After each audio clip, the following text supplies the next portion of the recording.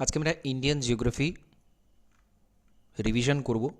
Indian জিওগ্রাফির সবচেয়ে গুরুত্বপূর্ণ যে সমস্ত পয়েন্টগুলো রয়েছে এখানে সেগুলো রাখা রয়েছে একদম physical geography, economic, human geography, population, সমস্ত কিছু কমপ্লিট ইন্ডিয়ান জিওগ্রাফির ওপরে সবচেয়ে গুরুত্বপূর্ণ যে ইনফরমেশন সেগুলো এখানে একত্রিত করে রাখা আছে, সেগুলো আমি রিভিশন করাবো এবং যেখানে প্রয়োজন কনসেপ্টগুলো আলোচনা করে দেব। তো আমরা জানি ভারতের ভূপ্রকৃতির যে সমস্ত বৈশিষ্ট্যগুলো রয়েছে, ভারতের সবচেয়ে পূর্বতম স্থান হচ্ছে কি অরুণাচল প্রদেশের লোহিত জেলার কিবিথু। কিবিথু এটা সচরাচর এই নামটাই আমরা জানতে পারি, এটা লোহিত জেলাতে রয়েছে। তো 11,000 ফুট উচ্চতায় এটা অবস্থিত, ভারতের সবচেয়ে পূর্ব দিকের অবস্থিত স্থান। নেক্সট, ভারতের বৃহত্তম জেলা। ভারতের বৃহত্তম জেলা হচ্ছে গুজরাটের কচ্ছ, এবং একই সাথে ভারতের ক্ষুদ্রতম জেলা যদি বলা হয় সেটা হচ্ছে কেরালার মাহে। ভারতের বৃহত্তম নদীদ্বীপ হচ্ছে ব্রহ্মপুত্রের মাজুলি। এটা মাজুলি হবে 557 বর্গ কিলোমিটার বিশাল বিস্তৃত একটা দ্বীপ, মাজুলি দ্বীপ। ভারতের সবচেয়ে উত্তরে অবস্থিত যে স্থান সেটা হচ্ছে জম্মু কাশ্মীরের কনিষ্ঠের বেগ বিরিপথের কাছে দফদার, বা যেটাকে আমরা ইন্দিরা কল বলে থাকি, সেই জায়গাটা। ভারতের পশ্চিমতম স্থান হচ্ছে গুজরাটের কচ্ছ জেলার, এটা ঘৌরমতা হবে, ঘৌরমতা, এটা হচ্ছে ভারতের পশ্চিমতম স্থান। ভারতের ক্ষুদ্রতম নদীদ্বীপ, ক্ষুদ্রতম সবচেয়ে ছোট নদীদ্বীপ সেটা হচ্ছে ব্রহ্মপুত্রের পিয়াকক। এটাও খুব গুরুত্বপূর্ণ। আমরা সচরাচর সবচেয়ে বৃহত্তম যেটা সেটা জেনে থাকি, কিন্তু এখানে সবচেয়ে ক্ষুদ্রতম নদীদ্বীপের কথা বলা হচ্ছে, সেটা হচ্ছে পিয়াকক। ভারতের বৃহত্তম হ্রদ, এখানে বৃহত্তম স্বাদু জলের হ্রদ হবে সেটা হচ্ছে উলার, আমরা জানি জম্মু কাশ্মীরে রয়েছে। এবং আরেকটা প্রশ্ন এখান থেকে হয়, উলার এর মধ্য দিয়ে কিন্তু ঝিলাম নদীটা প্রবাহিত হয়েছে, এটাও একটা গুরুত্বপূর্ণ ইনফরমেশন। ভারতের সবচেয়ে বড় জ্বালামুখ হ্রদ, জ্বালামুখ হ্রদ, যেটা কিনা জ্বালামুখের যে অংশ দিয়ে লাভা বের হয় সেই জায়গাটা বন্ধ হয়ে গিয়ে তৈরি হয় জ্বালামুখ হ্রদ, সেটা হচ্ছে লোনার। ভারতের উপদ্বীপ বা মূল ভূখণ্ডের দক্ষিণতম বিন্দু, আমরা জানি মূল ভূখণ্ডের দক্ষিণতম বিন্দু হচ্ছে কন্যাকুমারিকা অন্তরীপ, সবচেয়ে দক্ষিণে রয়েছে। এবং যদি বলা হয় ভারতের দক্ষিণতম প্রান্ত, অর্থাৎ সমগ্র ভারতবর্ষ, ভারতবর্ষের মূল ভূখণ্ড দ্বীপ নিয়ে, সেটা হচ্ছে আন্দামান নিকোবরের ইন্দিরা পয়েন্ট।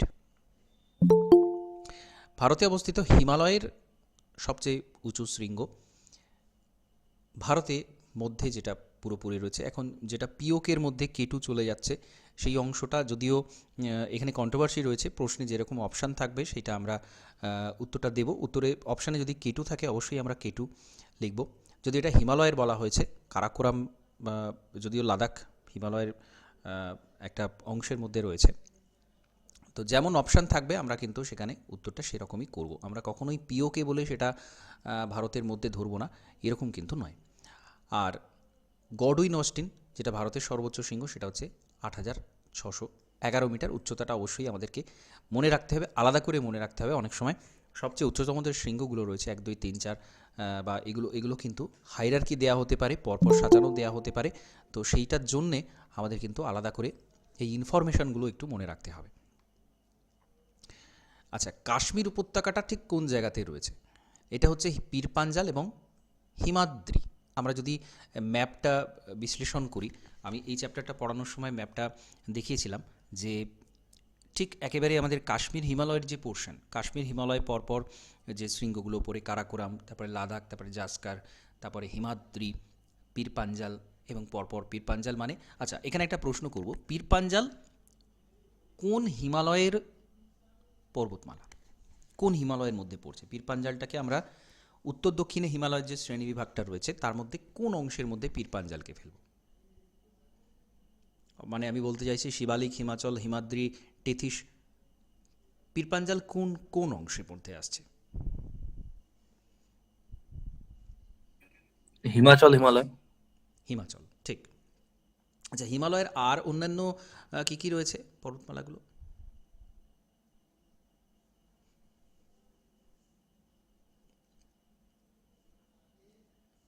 পীরপাঞ্জাল বাদ দিয়ে।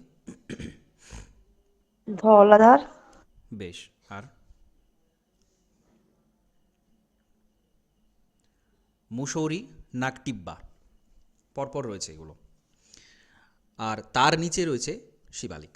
ঠিক আছে, তাহলে পীরপাঞ্জালটা কিন্তু হিমালয়ের মধ্যে পড়ছে, আর হিমাদ্রির মধ্যে। এবার দেখুন এইটা হিমাদ্রির মধ্যে পড়ছে কারণ হিমাদ্রিটা বিস্তৃত, এবং তার সাথে সাথে জাস্কারের পোর্শনে কিছুটা পড়ে যাচ্ছে। কাশ্মীর উপত্যকা বিভিন্ন অপশানে দেখবেন এটা কিন্তু জাস্কার এর মধ্যেও থাকে।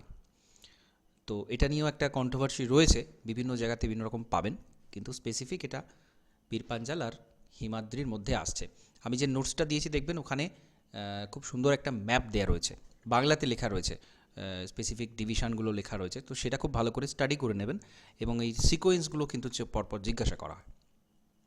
ঠিক আছে, আচ্ছা, জম্মুর সঙ্গে শ্রীনগরের যোগাযোগ রক্ষা করা এটা বানিহাল গিরিপথ দ্বারা। আচ্ছা, এবার যদি প্রশ্ন হয় এই বানিহাল পাস এটা কোন পর্বতমালার মধ্যে রয়েছে? বানিহাল এই টানেলটা কোন পর্বতমালাকে কেটে এইটা বানানো হয়েছে?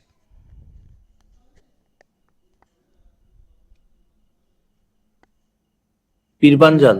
পীরপাঞ্জাল, ঠিক। ম্যাপটা দেখলেই এটা বুঝতে পারবেন, কারণ শ্রীনগর তো রয়েছে আমাদের জাস্ট কাশ্মীর শুরু হচ্ছে, তারপরে সেখানে জম্মু রয়েছে, শ্রীনগরটা একটু ভিতরে, জম্মুটা রয়েছে, এবং তারপরেই পীরপাঞ্জাল পড়ে যাচ্ছে, এবং আরেকটু দূরেই শ্রীনগর। সুতরাং সেটার সাথে যোগাযোগ রক্ষা করার জন্য আমাদের কিন্তু পীরপাঞ্জাল পার করতে হবে। পীরপাঞ্জাল পার না করলে আমরা কিন্তু সেটাতে যেতে পারবো না, পৌঁছাতে পারবো না।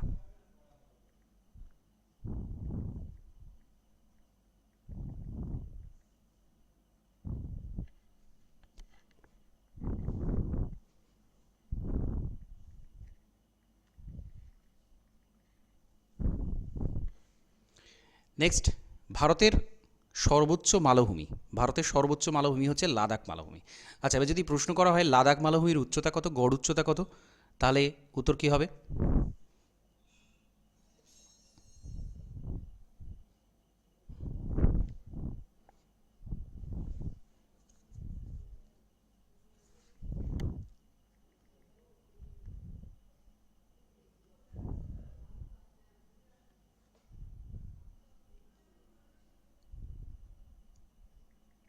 3000 মিটার। না, হলো না। গড় উচ্চতা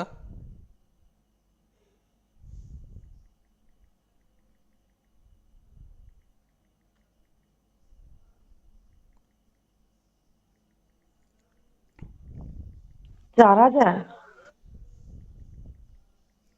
4000। 4000 থেকে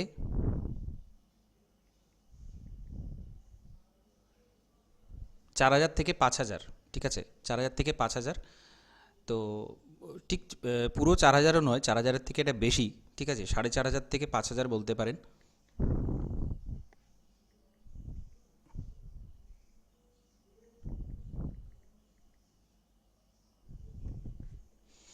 ভারতের পূর্বাঞ্চলের সর্বোচ্চ শৃঙ্গ, এটা খুব গুরুত্বপূর্ণ, এটা দাফাবুম, আপনাদের জানা আছে। আচ্ছা, দাফাবুমের উচ্চতা কত মোটামুটি একটা?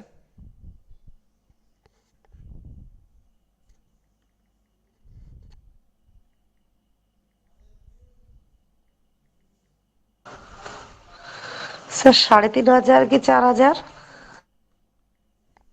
4000-এর বেশি, সম্ভবত এটা 4170। ঠিক আছে, এটা একটু দেখে নেবেন।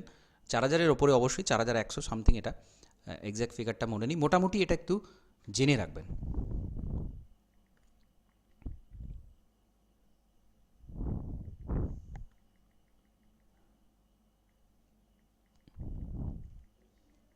ঠিক আছে, নেক্সট, বৃহত্তম হিমবাহ হচ্ছে সিয়াচেন। সিয়াচেন সম্পর্কে আর যে ইনফরমেশানগুলো একটু বলুন। অনেকগুলো আরও গুরুত্বপূর্ণ ইনফরমেশান আছে সিয়াচেন সম্পর্কে। আচ্ছা, আমি প্রশ্নগুলো করছি, সেগুলো বলুন। প্রথমত, সিয়াচেনের দৈর্ঘ্য কত? সিয়াচেন কার মধ্যে রয়েছে? সিয়াচেন 72 ডিগ্রি। না, 72 তো নয়, ভুল হলো। 76 76, হ্যাঁ। 75ও কোথাও পাবেন, তবে 76টাই ঠিক আছে। আর এটা কোন উপত্যকাতে রয়েছে? সিয়াচেন গলার পরে কোন নদী তৈরি হচ্ছে? নুব্রা উপত্যকায়। নুব্রা।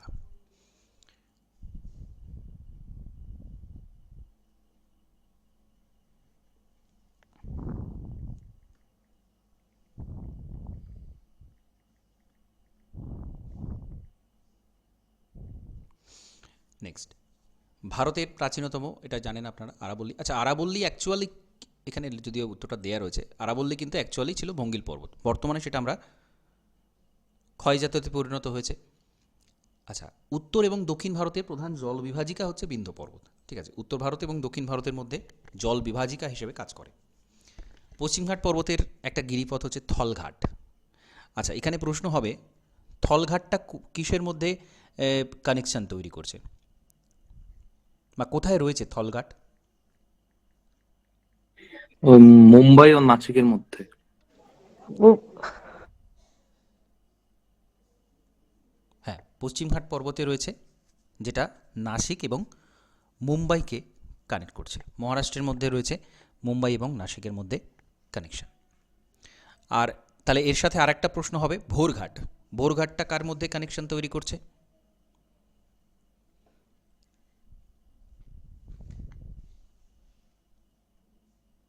মুম্বাই ও পুনে। হ্যাঁ, পুনে। তো এই দুটো কিন্তু অবশ্যই মনে রাখবেন, দুটোই পশ্চিমঘাট পর্বতের খুব গুরুত্বপূর্ণ গিরিপথ, এবং দুটো থেকেই কিন্তু প্রশ্ন আসে।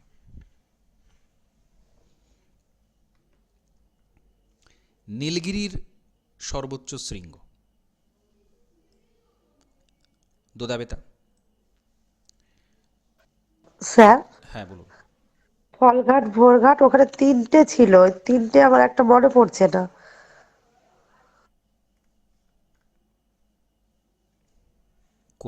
কোনখানে তিনটি ছিল? ওই যে মহারাষ্ট্র, পুনে আর মুম্বাই, আর একটা মানে থলঘাট ছিল, ভোরঘাট ছিল, আর একটা কিছু ছিল। আরও অনেক ঘাট আছে। মনে ধলঘাট, হয় পালঘাটের ভোলঘাট, কথা বলছেন। পালঘাট, হ্যাঁ ঠিক হ্যাঁ, আছে, ঠিক ঠিক, পালঘাট, হ্যাঁ। কাসারা ঘাট, ঠিক আছে, অনেক আছে এখানে। সেঙ্কোটা ঘাট, ছোট বড় কিছু কিছু আছে, কিন্তু মোস্ট ইম্পর্ট্যান্ট এইগুলো। ঠিক আছে।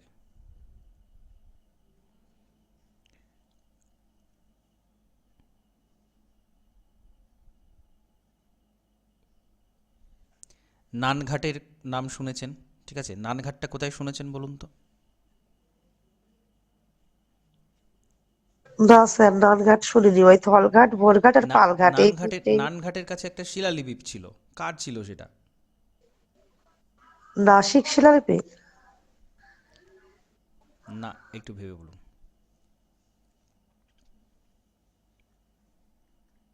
স্যার অশোকের সময় একটা না শিলালিপি না, ছিল। এটা সাতকর্ণীর সময়। সাউথ ইন্ডিয়াতে অশোকের সেরকম কিছু এখানে নেই। ঠিক আছে, এটা সাতকর্ণী। ঠিক আছে, সাতবাহনদের। যাই হোক, এটা কানেক্ট করে মনে রাখার জন্য বললাম। ভারতের একটা আগ্নেয়গিরি ব্যারন, জীবন্ত। ভারত শ্রীলঙ্কার মধ্যে যে দ্বীপটা রয়েছে সেটা হচ্ছে পাম্বাম। আচ্ছা, এগুলো কমন বিষয়, এটা জানেন আপনারা। কৃষ্ণা নদীর বদ্বীপ থেকে কন্যাকুমারিকা পর্যন্ত যেটা, সেটা করমণ্ডল উপকূল। এখানেই বছরে দুবার বৃষ্টিপাত হয়ে থাকে। মহারাষ্ট্র আর গোয়ার উপকূল কোঙ্কণ উপকূল নামে পরিচিত। কেরালার অংশটাকে মালাবার উপকূল বলা হয়। ঠিক আছে। আচ্ছা, পশ্চিমবঙ্গ এবং আসামে ভাবর জাতীয় যে ভূমিরূপ, সেটাকে বলা হয় ডুয়ার্স। তো এই ভাবর জাতীয় ভূমিরূপ বলতে কি বোঝায় বলুন? একটু কুইক আনসার দেওয়ার চেষ্টা করুন, এখানে অনেক কিছু ইনফরমেশান আছে, আমি যত। হিমালয়ের পাদদেশের হ্যাঁ, ভূমিরূপটাকে। কীরকম ভূমিরূপ? হিমালয়ের পাদদেশ, ঠিক আছে, কীরকম ভূমিরূপ, বৈশিষ্ট্য কী ভাবর? তোর বালি মিশ্রিত ঢেউ খেলানো ভূমিরূপ। হ্যাঁ, নুড়ি কাঁকর মিশ্রিত একটা কিছুটা তরঙ্গায়িত ভূমিরূপ, যদিও এটা সমতল অংশের মধ্যেই পড়ে। হিমালয়ের ঠিক পাদদেশে যেখানে ঢালটা শেষ হচ্ছে, ভাবর। সমতল অংশ শুরু হচ্ছে, সেই জায়গাটা হচ্ছে ভাবর। তো সেটাই পশ্চিমবঙ্গ এবং আসামে আমরা ডুয়ার্স বলে থাকি। আর এই যে স্যাঁতস্যাঁতে আর্দ্র অংশ সেটাকে আমরা তরাই বলি। এবং এই ভারতের এই যে বৃহৎ সমভূমি অঞ্চল, সিন্ধু গঙ্গা ব্রহ্মপুত্রের যে সমভূমি অঞ্চল, তার পশ্চিম দিকে অর্থাৎ এই পাঞ্জাব, হরিয়ানা, উত্তরপ্রদেশের উত্তর দিক, এই অংশ যে ছোট ছোট বালিয়াড়ি দেখতে পাওয়া যায় দোয়াব অঞ্চলের মধ্যে, তাকে ভূর বলা হয়। আচ্ছা, মধ্যগঙ্গা সমভূমিতে নদীর মধ্যবর্তী যে বালুচর সেটা হচ্ছে দিয়ারা বলা হয়। ঠিক আছে, স্পেসিফিক্যালি যদি বলা হয় আমাদের পশ্চিমবঙ্গের দিয়ারা কোথায় আছে?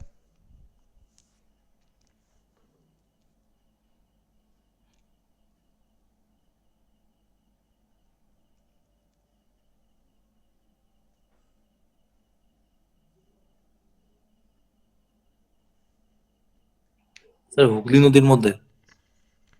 হ্যাঁ, বলুন একবার। হুগলি নদীর ওপরে। হুগলি নদীর উপর দিকটাতে ঠিক আছে, আরও স্পেসিফিক্যালি তাল এবং দিয়ারা এই দুটো অংশ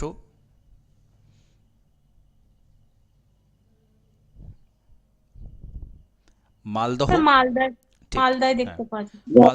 মালদহ অঞ্চলে কিছুটা উর্বর যে অংশ সেটা। ঠিক আছে, অ্যাকচুয়ালি তিনটে আমরা একসাথে বলি, বরেন্দ্রভূমি, তাল, দিয়ারা।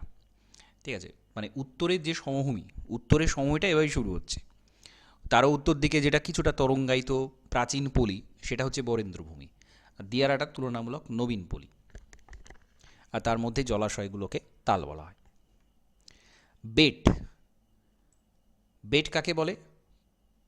দুটো নদীর মধ্যে পলিগঠিত যে উঁচু ভূমি, এটা উর্বর অংশ, এটাকে বলা হচ্ছে বেট।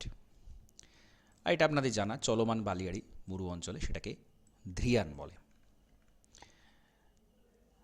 আচ্ছা, এখানে এই একটা প্রশ্ন এখানে করা হয়, ভারতের যে ভূমিরূপগুলো রয়েছে তার মধ্যে সবচেয়ে বেশি অংশ কিসের মধ্যে পড়ছে? তো এটা আমাদের কম বেশি জানা, 43.66% এটা হচ্ছে সমভূমি, মালভূমি হচ্ছে 33.24, পাহাড় 14.8, পর্বত 8.3, অর্থাৎ একেবারে পরপরই রয়েছে।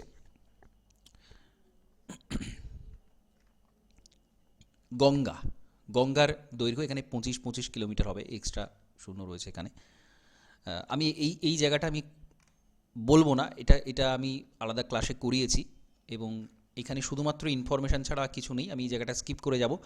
আরও ইম্পর্টেন্ট বেশ কিছু ইনফরমেশান আছে, আমি সেইগুলোতে হাইলাইট করব।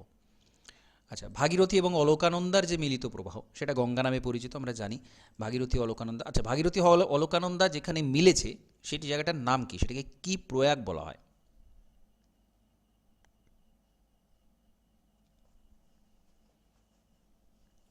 কি স্যার প্রয়াগ বলা হয়? দেবপ্রয়াগ।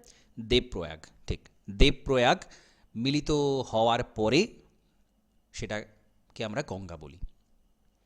আচ্ছা, ব্রহ্মপুত্র নদী তিব্বতে শঙ্খ নামে পরিচিত, অরুণাচল প্রদেশে যখন প্রবেশ করছে তখন তার নাম দিহং, আসামে দিবং, এবং পরে যখন লোহিত গিয়ে সেখানে মিলছে, অর্থাৎ এই দিবং এবং লোহিত যখন মিলছে তার নাম হচ্ছে ব্রহ্মপুত্র, এবং বাংলাদেশে এর নাম হচ্ছে যমুনা। তো যে কোনো প্রশ্ন এখান থেকে হতে পারে, যে কোনো রকমভাবে প্রশ্ন হতে পারে। গোদাবরীকে দক্ষিণ ভারতের গঙ্গা বলা হয়, দক্ষিণ ভারতের সবচেয়ে বড় নদী, এর ক্যাচমেন্ট এরিয়াটাও সব থেকে বড়। কাবেরী নদীকে দক্ষিণ ভারতের গঙ্গা বলা হয়, দক্ষিণ ভারতের গঙ্গা বলা হয় কারণ গঙ্গার মতো এটা পবিত্র নদী।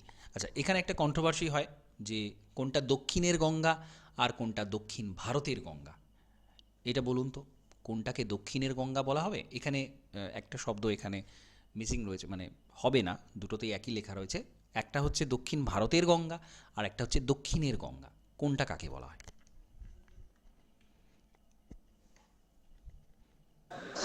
দক্ষিণের গঙ্গা বলতে ওই কাবেরীকে বলে, আর দক্ষিণ ভারতের গঙ্গা গোদাবরী। কেন?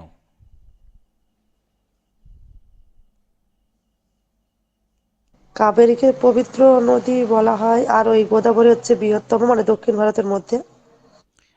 আমি বলছি কাবেরীটাও তো দক্ষিণ ভারতের মধ্যেই পড়ছে, তাহলে আমরা কাবেরীকেই কেন দক্ষিণের বললাম আর গোদাবরীকে কেন দক্ষিণ ভারতের বললাম? মানে গোদাবরী দক্ষিণ ভারতের মধ্যে সব থেকে বড় নদী, হুম, আর কাবেরীটা হচ্ছে পবিত্রতার দিক থেকে মানে দক্ষিণের নদী। না সেটা ঠিক আছে, এখানে এখানে বিষয়টা হচ্ছে লজিকটা বুঝতে হবে। দেখুন, গোদাবরীর ক্যাচমেন্ট এরিয়াটা অনেক বড়।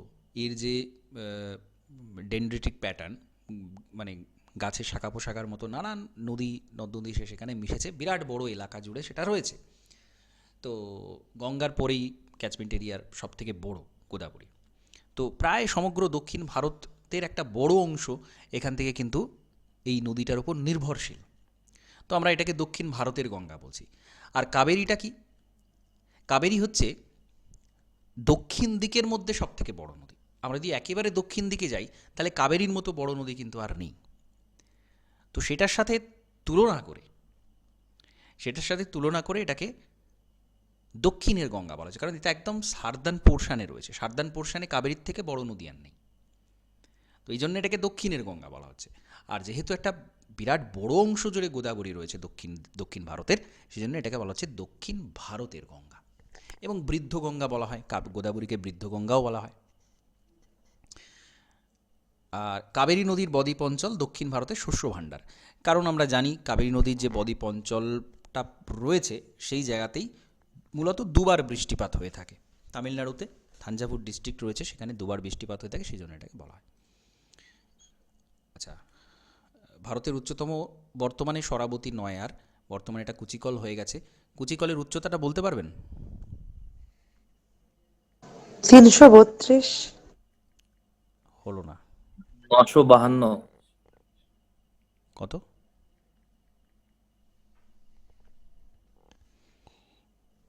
কুচিকল এটা মনে 952 রাখবেন, বলি। 455 মিটার।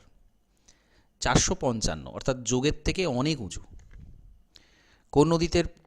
কোন নদীর ওপর রয়েছে? বরাহী নদী। বারাহি রিভার। এবং এটা কর্ণাটকের শিমোগা ডিস্ট্রিক্ট, সেখানে রয়েছে। শিমোগা ডিস্ট্রিক্টে রয়েছে বরাহি নদীর উপর।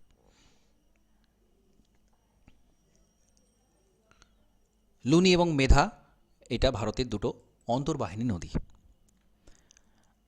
ভারতের সবচেয়ে বড় স্বাদু জলের হ্রদ হচ্ছে উলার। সবচেয়ে বড় লবণাক্ত জলের হ্রদ ইনল্যান্ড যেটা, সেটা হচ্ছে সম্বর, রাজস্থান। আর লোকটাক হ্রদ, এটা খুব গুরুত্বপূর্ণ একটা হ্রদ, মণিপুরে রয়েছে। লোকটাক হ্রদের মধ্যে কেইবুল লামজাও ন্যাশনাল পার্কটা কিন্তু লোকটাক হ্রদের মধ্যেই রয়েছে।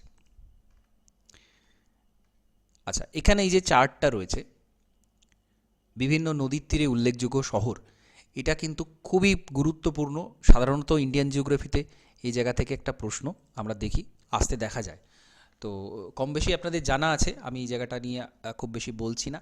এটা কিন্তু খুব ভালো করে তৈরি করে নেবেন, খুব সম্ভাবনা আছে এখান থেকে যে কোনো একটা প্রশ্ন আসার। আচ্ছা, বিভিন্ন যে ইনস্টিটিউটগুলো রয়েছে এখানেও এটাও দেখবেন, ইনস্টিটিউটগুলো থেকে প্রশ্ন আসতে দেখা যায়। Forest research institute Dehradun, institute of arid zone forest research, এটা ফরেস্ট রিসার্চ, আর এটা এরিড জোন ফরেস্ট রিসার্চ। তো এটা যোধপুরে রয়েছে, শুষ্ক অঞ্চলে। Rain and moist deciduous forestry institute, এটা রয়েছে জোরহাট। উড সায়েন্স টেকনোলজি, এটা ব্যাঙ্গালুরুতে রয়েছে। ট্রপিক্যাল ফরেস্ট্রি রিসার্চ ইনস্টিটিউট রয়েছে জব্বলপুরে। ঠিক আছে, এখানে কিন্তু এগুলো ফরেস্ট এর ওপরে যতগুলো ইনস্টিটিউট রয়েছে এখানে কিন্তু সেগুলো বলা রয়েছে। ঠিক আছে, ভারতের জলসেচ ব্যবস্থা, এইটা থেকে বিভিন্ন এই প্রশ্নগুলো আসে। প্রথমত ভারতের জলসেচ যেটা হয় সেটা সব থেকে বেশি হয় কিসের মাধ্যমে বলুন তো? ভারতের জলসেচের যে মাধ্যমগুলো রয়েছে কোন মাধ্যমে সব থেকে জলসেচ বেশি হয়? কূপ ও নলকূপ। কূপ এবং নলকূপে কিন্তু জলসেচ সব থেকে বেশি হয়। আর তার মধ্যে আবার আমরা যদি উত্তরপ্রদেশকে দেখি, উত্তরপ্রদেশে আমরা দেখব কূপ নলকূপের মাধ্যমে যে জলসেচ সেটার পরিমাণ এলাকার দিক থেকে সব থেকে বেশি। কারণ উত্তরপ্রদেশের এরিয়াটাও বড়, এবং এখানে কিন্তু মাটির নিচে জল যথেষ্ট পরিমাণে রয়েছে, কারণ গঙ্গা তার উপনদী শাখা নদীগুলো যথেষ্ট এর উপর প্রবাহমান। বৃষ্টি কম বেশি হলে খুব বেশি সেখানে যায় আসে না, নিচে ভৌমজল সবসময় অ্যাভেলেবেল থাকে, এবং সেটা কূপ নলকূপের মাধ্যমে জলসেচ করার একটা উপযুক্ত পরিস্থিতি তৈরি করেছে।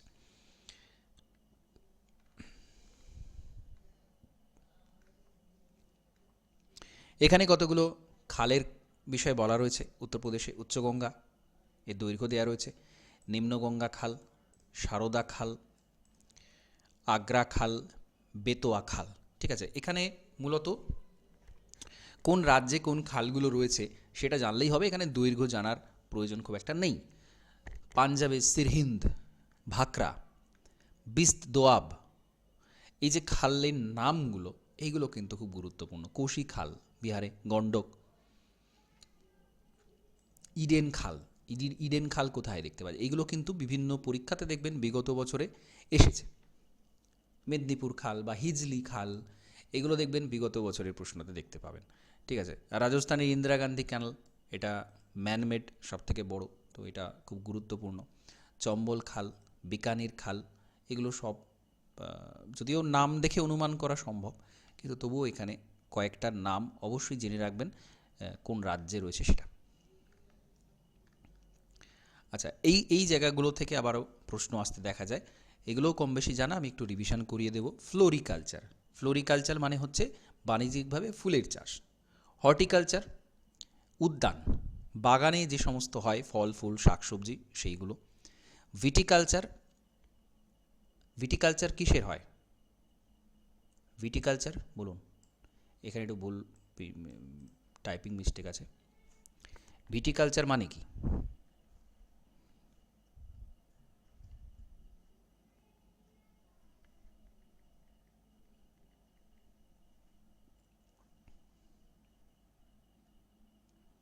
আঙুরের চাষ। ভিটিকালচার হচ্ছে আঙুর।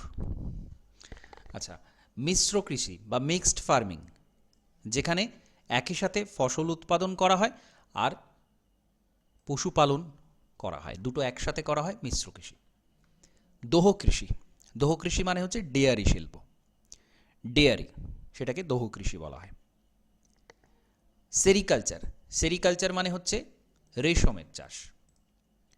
বাগিচা কৃষি, যেগুলো বাগানের মাধ্যমে বাগিচা তৈরি করে কৃষিকাজ করা হয়। বাগিচা কৃষির মধ্যে কোনগুলো আসবে বলুন? চা, কফি। হ্যাঁ, রাবার। রাবার। স্থানান্তর কৃষি আমরা জানি, একটা জায়গাতে কয়েক বছর কৃষিকাজ করার পর আবার সেই জায়গাটা ত্যাগ করে অন্য জায়গাতে মূলত গাছপালা কেটে পুড়িয়ে সেখানে আবার চাষ করা, আবার কিছু বছর স্থান চেঞ্জ করা, এটাই স্থানান্তর কৃষি। ঝুম চাষ বলা হয় এটাকে। উত্তর পশ্চিম ভারতে এটাকে পড়ু বলা হয়, মধ্যপ্রদেশে বেওয়ার বলা হয়, কেরালে এটাকে পেমাম কৃষি বলা হয়। নোম্যাডিক হার্ডিং, যেখানে নোম্যাডিক হার্ডিংয়ে কি হয়? আদিম প্রথায় কৃষিকাজ হয়।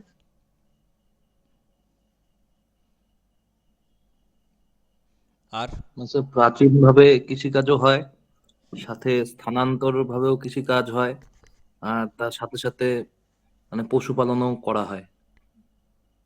এটা মূলত কখন হয়? স্যার, যারা রেফিউজি টাইপের মানুষজন কৃষিকাজ করে। উপজাতিরা। ঠিক আছে, এটা মূলত ট্র্যাডিশনাল কৃষিকাজ, যেটা একেবারে প্রাচীন যে পদ্ধতি, সেই পদ্ধতিতে এখানে কৃষিকাজটা করা হয়। ছোট ছোট গ্রুপ আদিবাসী, তারা মূলত এই কৃষির সাথে যুক্ত।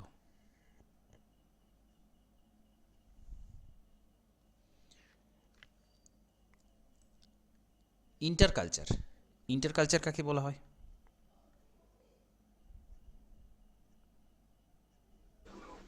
একই জমিতে বিভিন্ন সারিতে ওই যে জমির আবাদটাকে বলা হয়। হ্যাঁ, দুই তিন ধরনের একের সাথে চাষ করাকে শস্য। হ্যাঁ, দুই তিন সারিতে আলাদা আলাদা ফসল সেগুলো দেওয়া হয়, সেটা হচ্ছে ইন্টারকালচার। অ্যাকোয়াকালচার, যেখানে মূলত মাছ চাষ করা হয় জলাশয়ের মধ্যে, অ্যাকোয়াকালচার। ফসল উৎপাদক রাজ্য রয়েছে। কৃষি বিপ্লব সম্পর্কে আপনারা কম বেশি জানেন, সবুজ বিপ্লব, গুরুত্বপূর্ণ, ঠিক আছে। নরম্যান বোরলগ, যাকে সারা বিশ্বে সবুজ বিপ্লবের জনক বলা হয়, এবং ভারতে ডক্টর স্বামীনাথন ভারতে সবুজ বিপ্লবের জনক। চিরসবুজ বিপ্লব, এটা খুব গুরুত্বপূর্ণ। চিরসবুজ বিপ্লব, যেখানে আচ্ছা, চিরসবুজ বিপ্লবের মূল কনসেপ্টটা কি, সবুজ বিপ্লবের সাথে এটার তফাৎ কোথায়?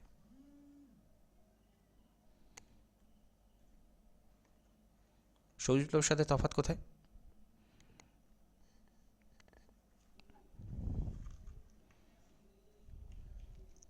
চিরসবুজ বিপ্লব মানে কি, কেন এটাকে চিরসবুজ বলা হচ্ছে, চির কেন বলা হচ্ছে কথাটা?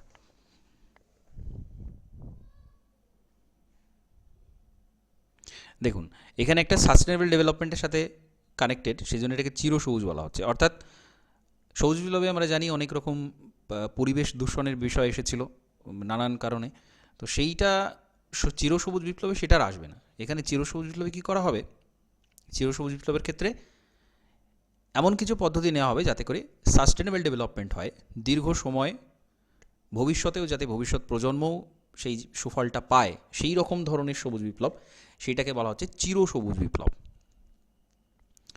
এবং সেখানে অবশ্যই সবুজ বিপ্লবের যে লক্ষ্যগুলো ছিল সেগুলোও থাকবে, যে দ্বিগুণ করা হবে ফসল উৎপাদন, দ্বিগুণ করা ইত্যাদি ইত্যাদি, অনেক বেশি আধুনিক কৃষি প্রযুক্তি ব্যবহার করা, শস্য বীমা সংরক্ষণ, এই সবগুলো। কিন্তু তার সাথে মূল বিষয়টা হচ্ছে কি, সাস্টেনেবল, চিরস্থায়ী সেটা হবে।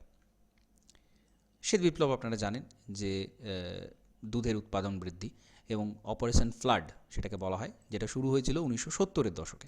60-এর দশকে সবুজ বিপ্লব শুরু হলো, 70-এর দশকে অপারেশন ফ্লাড, এবং দুটো তিনটে ধাপে এটা কিন্তু পরপর ডেভেলপমেন্টটা হয়েছে। 1970-এ শুরু হয়, তারপরে 1980-তে আরও বাড়ে, 85-তে আর একটা, এইভাবে ধীরে ধীরে বেড়েছিল।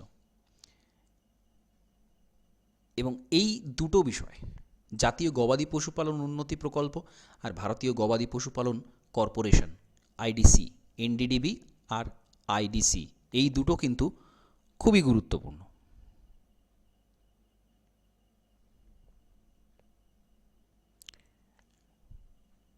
এদের একটা বিরাট বড় ভূমিকা রয়েছে। আর কি, হলুদ বিপ্লব। হলুদ বিপ্লব মানে আপনারা জানেন তৈলবীজ উৎপাদন বৃদ্ধি। নীল বিপ্লব, নীল বিপ্লব মানে কি, মাছের হ্যাঁ, মাছের চাষটা বৃদ্ধি। ধূসর বিপ্লব, গ্রে, এখানে কি কি ধরনের উন্নতি হয়েছিল? তো সার উৎপাদন, সার উৎপাদন, আর তার সাথে পশুর পশু, মানে হ্যাঁ, পশম পশু, টাইপের। পশম। গোলাপি বিপ্লব, চিংড়ির উৎপাদন বৃদ্ধি। বাদামি বিপ্লব, মশলা উৎপাদন। স্বর্ণ বিপ্লব,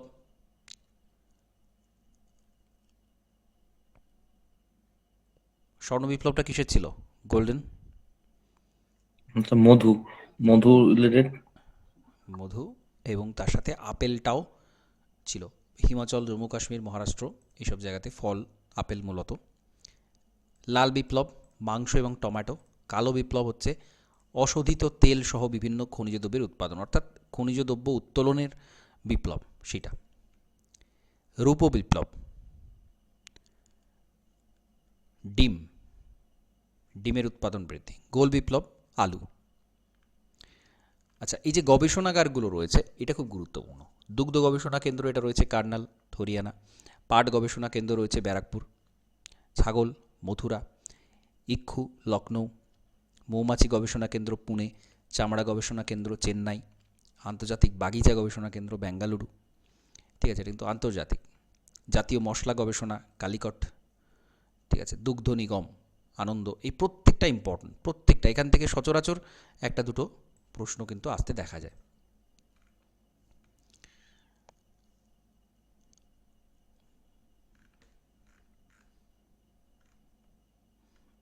এখানে কিছু টেকনিক্যাল জিনিস আলোচনা করা আছে, এইটা খুব বেশি গুরুত্বপূর্ণ নয়।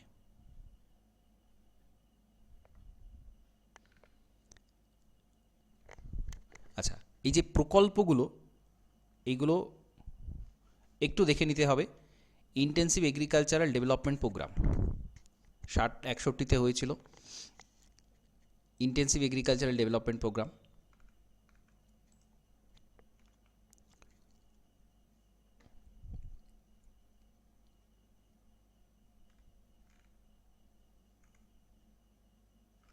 এখানে এই তথ্য, যত তথ্য আছে এখানে প্রত্যেকটা তথ্য কিন্তু পরপর দেয়া রয়েছে।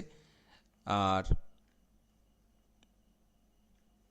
এখানে আবার ভারতের একদম ভূপ্রাকৃতিক বিভাগ থেকে শুরু করে পরপর এই তথ্যগুলো কিন্তু রয়েছে।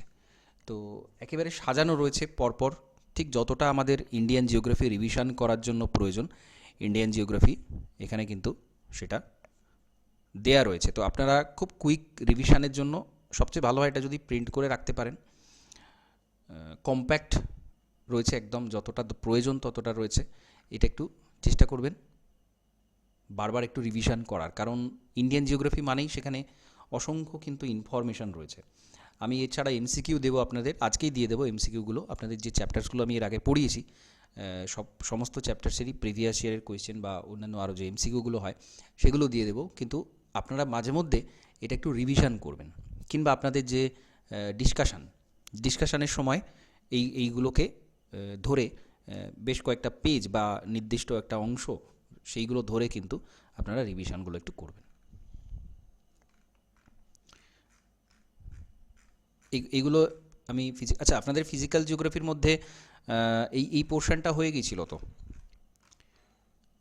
একদম প্রথমের এই যে ভূপ্রাকৃতিক বিভাগ বা নদ নদীতে আমি এমসিকিউটা করিয়েছি, বা আরও যে চ্যাপ্টার্স ফিজিক্যাল জিওগ্রাফির মধ্যে আপনাদের কি কিছু বাকি আছে? রিসেন্ট আমি যে চ্যাপ্টার্সগুলো করালাম, মানে relief features, climate, drainage, vegetation, soil,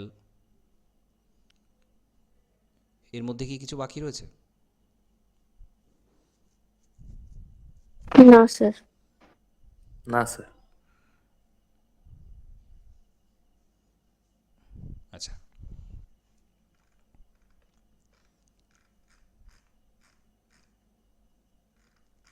এখানে ডিটেলে দেয়া রয়েছে, এবং এগুলো আমি ম্যাপেতেও আপনাদের দেখিয়েছিলাম যে কোনটা কোন পোর্শনের মধ্যে কোনটা পড়ছে, ম্যাপে খুব ডিটেলে দেয়া ছিল। আর এই যে টার্মগুলো, বাগার, খাদার, ভাঙ্গার, খাদার, বেট, ধ্যাঙ্কার, ঠিক আছে, ধ্যাঙ্কার, কাউর, তাল, প্রত্যেকটা, দিয়ারা, রেহুবাউসর, বরেন্দ্রভূমি, বাগড়ি, ঠিক আছে, নদিয়া মুর্শিদাবাদ পোর্শন এটা দেখতে পাওয়া যায়। মৃতপ্রায় অংশ, গঙ্গা বদ্বীপের মৃতপ্রায় অংশ, তাকে বলা হয় বাগড়ি। বরেন্দ্রভূমির কথা আমি একটু আগে বলছিলাম, এটা কিন্তু ঢেউ খেলানো, মালদা জেলার পূর্বে, দক্ষিণ দিনাজপুর জেলার পূর্বে এটা দেখতে পাওয়া যায়। তো এইগুলো মোস্ট ইম্পর্ট্যান্ট। আবারও বলছি, যে জায়গাগুলো কিন্তু বারবার রিভিশনের প্রয়োজন আছে, এই জায়গাগুলো বারবার রিভিশন করে নেবেন। আচ্ছা, স্পেসিফিক যদি আমরা আসাম সমভূমি দেখি, পুরো আসাম অংশটাই কিন্তু ব্রহ্মপুত্রের সমভূমি দিয়ে বিস্তৃত, সাদিয়া থেকে ধুবড়ি পর্যন্ত 600 কিলোমিটার, 56,000 বর্গ কিলোমিটার একটা বিস্তৃত অংশ, বিস্তৃত অংশ।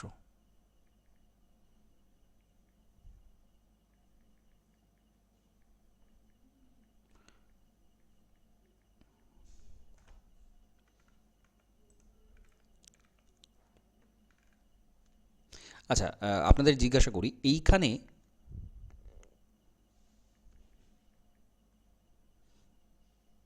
কোন জায়গাতে আপনাদের সমস্যা রয়েছে? ফিজিক্যাল ফিচার্স বা ফিজিক্যাল জিওগ্রাফি ইন্ডিয়ান, তার মধ্যে কি সমস্যা রয়েছে?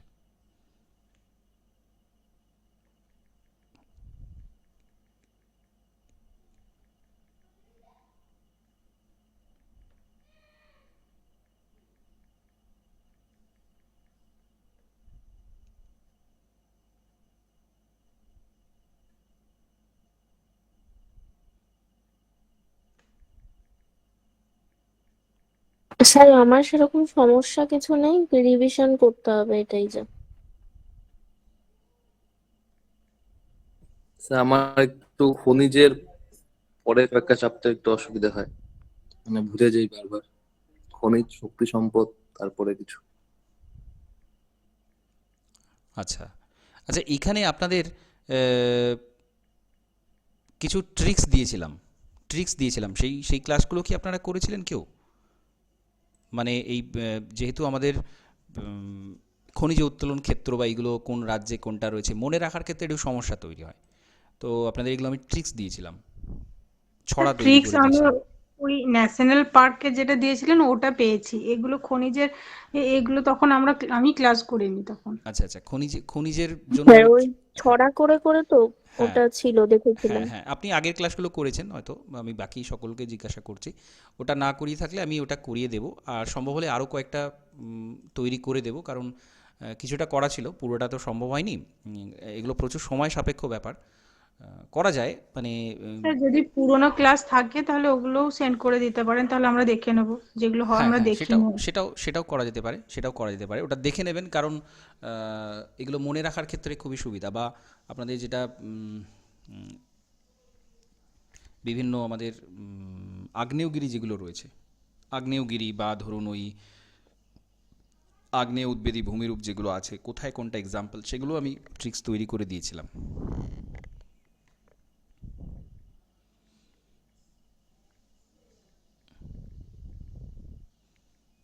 ওই ক্লাসটা কি করেছিলেন? স্যার না ওই স্যার, মনে ক্লাসগুলো করা হয়নি, ওই ক্লাসগুলো একটু সেন্ড হ্যাঁ করলে হ্যাঁ খুব ভালো হ্যাঁ, হতো। এগুলো আমি দিয়ে দেবো। আর যতটা সম্ভব আমি চেষ্টা করবো আরও কিছু ট্রিক্স তৈরি করে দেওয়ার, কারণ যতটা সম্ভব হয় সেটা কভার করে নিলেই সকলেরই সুবিধা, মনে থাকবে, খুব বেশি সময় নষ্ট করতে হবে না। কারণ ইকোনমিক জিওগ্রাফি বলুন বা এই যে পোর্শনগুলো,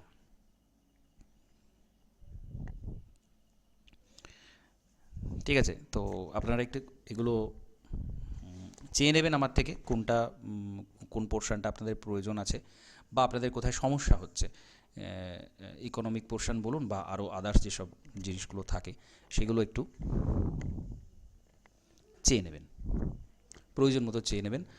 আর আপনাদের যেহেতু মোটামুটি আমি ইন্ডিয়ান জিওগ্রাফিটা কভার করেছি, ইন্ডিয়ান জিওগ্রাফিটাই আগে কিন্তু মক টেস্ট নেব, ঠিক আছে? পুরো টোটাল ইন্ডিয়ান জিওগ্রাফির আমি এই নোটসটাও আরেকবার আমি দিয়ে দিচ্ছি, ওভারঅল কভার করে নেবেন। আরেকটা বিষয় হচ্ছে সেন্সাস। 2011-তেই যে সেন্সাস ছিল আমাদের, সেটা নিয়েই এখন নাড়াঘাটা করতে হবে। বিভিন্ন কারণ আছে, বিভিন্ন পলিটিক্যাল কারণ আছে, যে কারণে 2021-এর যেটা, সেটা এখনও পর্যন্ত আমরা হাতে পাইনি। তো আমাদের সেটা কিন্তু করতে হবে। সেন্সাসটা একটা বেশ বড় অংশ এখানে কিন্তু চলে আসছে, তো সেই পোর্শনটাও কিন্তু কভার করে নিতে হবে, ঠিক আছে?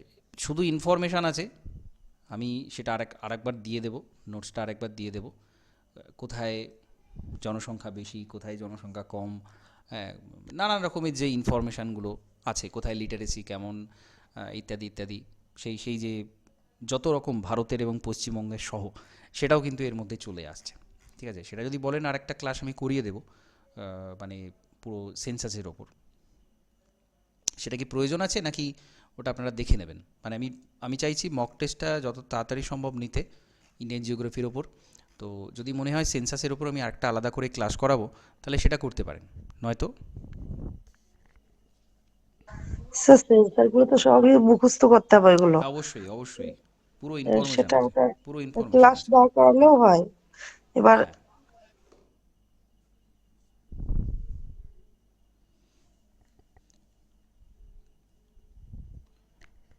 ঠিক আছে। স্যার ওটা নোট দিয়ে দিলে আমরা পড়ে নেব। হ্যাঁ, ওটা ওটা করে নেবেন। আমি বরং আরও যেসব ইম্পর্টেন্ট জায়গাগুলো আছে সেইটার উপরে ক্লাসগুলো করাবো। তো আপনাদের কাজ হচ্ছে, আমি একটা ডেট দিয়ে দিচ্ছি, আজকে 4 তারিখ, তো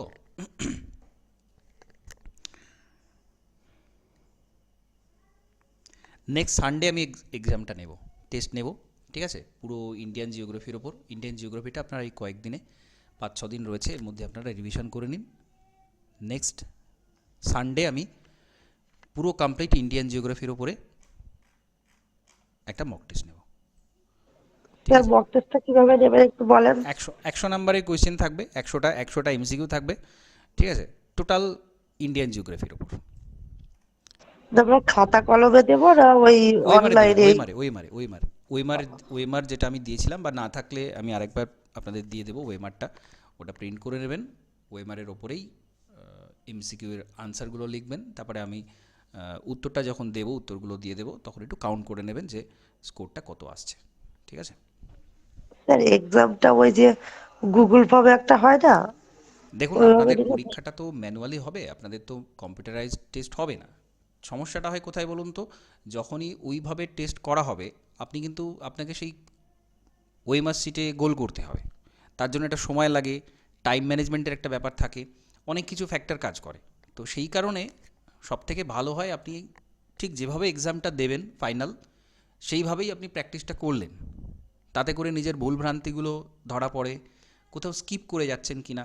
ঠিক আছে? অনেক সময় স্কিপ করে যান, বা গুগল ফরম্যাটে বলুন বা কম্পিউটারাইজ যে টেস্টগুলো, সেখানে কিন্তু আপনি যেটা ধরছেন, যেখানে ক্লিক করছেন, সেখানে আনসারটা বসাচ্ছেন। অনেক সময় হয় কি, আমরা কোয়েশ্চেন পড়লাম, হয়তো কোয়েশ্চেন নাম্বার 45 পড়লাম, গোল করার সময় সেটা 46 করে ফেলছি, চোখের ভুল হয়ে যায় অনেক সময়।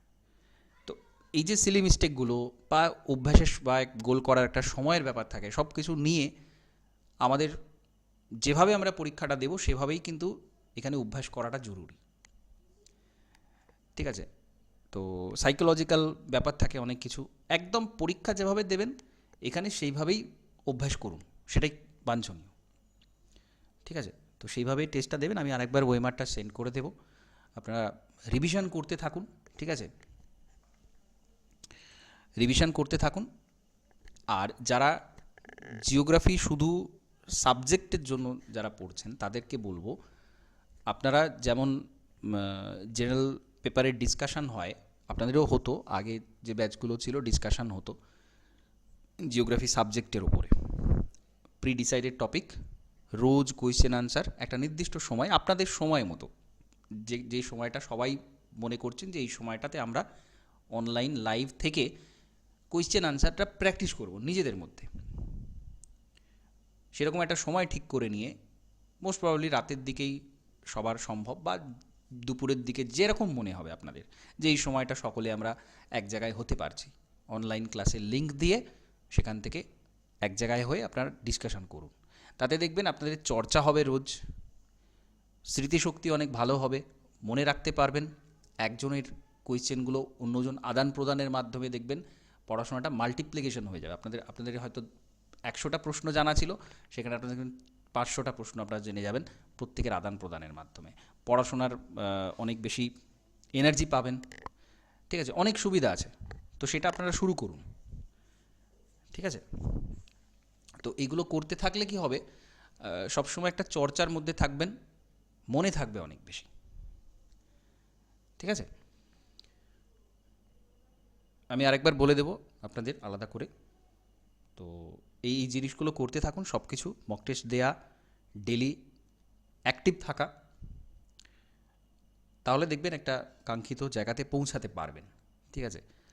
আর যেহেতু দেখুন, ওবিসি কেসের জন্য সব পরীক্ষাগুলোকে আটকে রাখা হচ্ছে, সেটা আপনারা জানেন, সেটা নিয়ে আন্দোলনও হচ্ছে, নানা রকম চর্চা হচ্ছে। তো আপনারা এই জায়গাতে ভেঙে পড়বেন না, পিছিয়ে আসবেন না, যেটা বারবার করে বলার, যে সমস্ত পরীক্ষা পিএসসি কিন্তু ডেট দিয়ে রেখেছে।